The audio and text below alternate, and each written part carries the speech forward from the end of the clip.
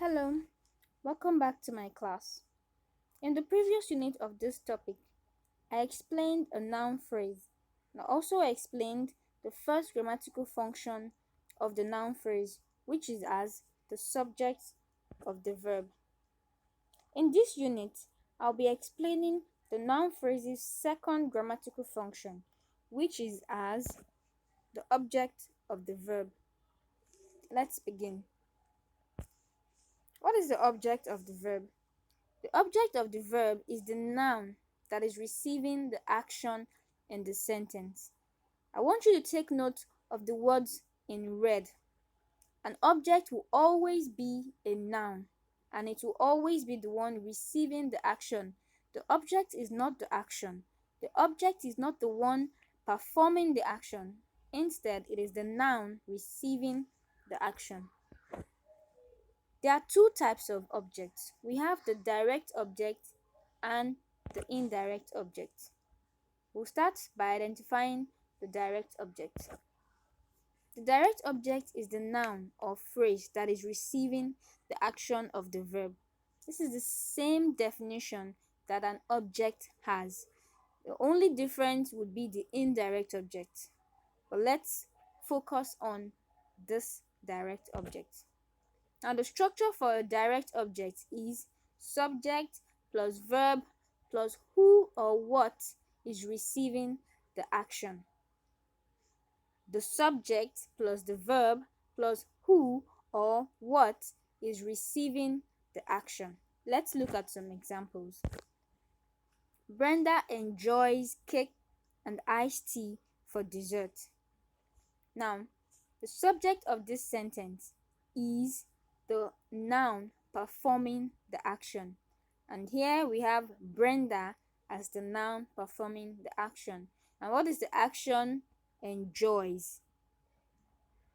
Now, who or what is receiving this action of being enjoyed? Cake and iced tea. Brenda enjoys what?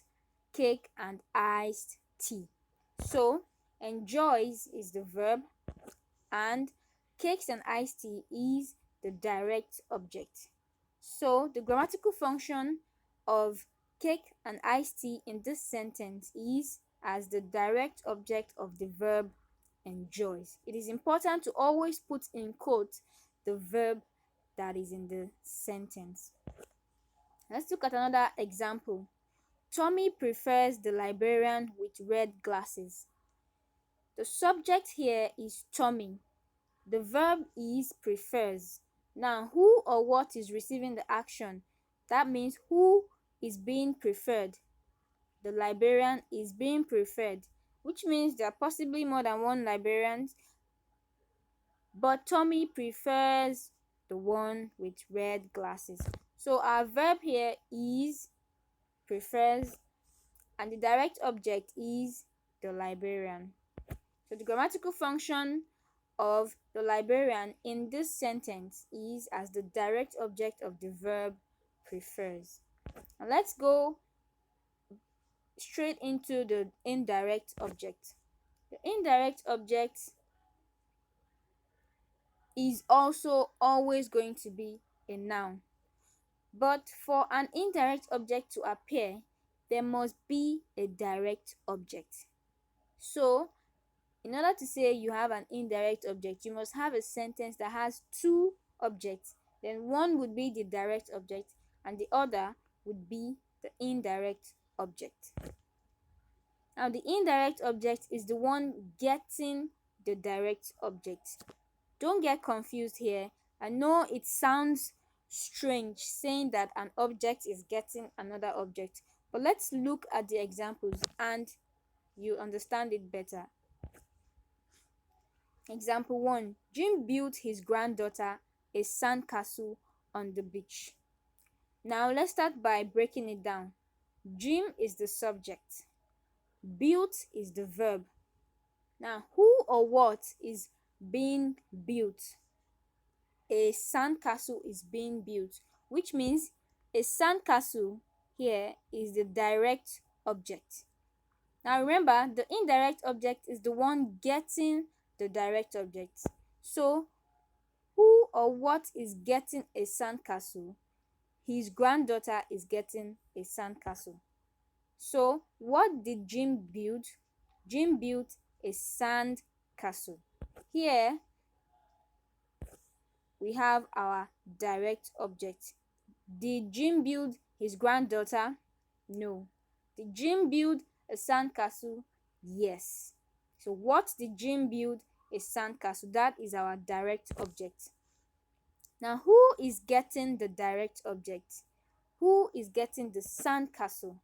His granddaughter is getting the sandcastle. So his granddaughter is the indirect object and not a sandcastle. Grammatical function here is indirect object of the verb built. Let's look at another example. I will give the eggs to the cook. The subject here is I, and the verb is will give.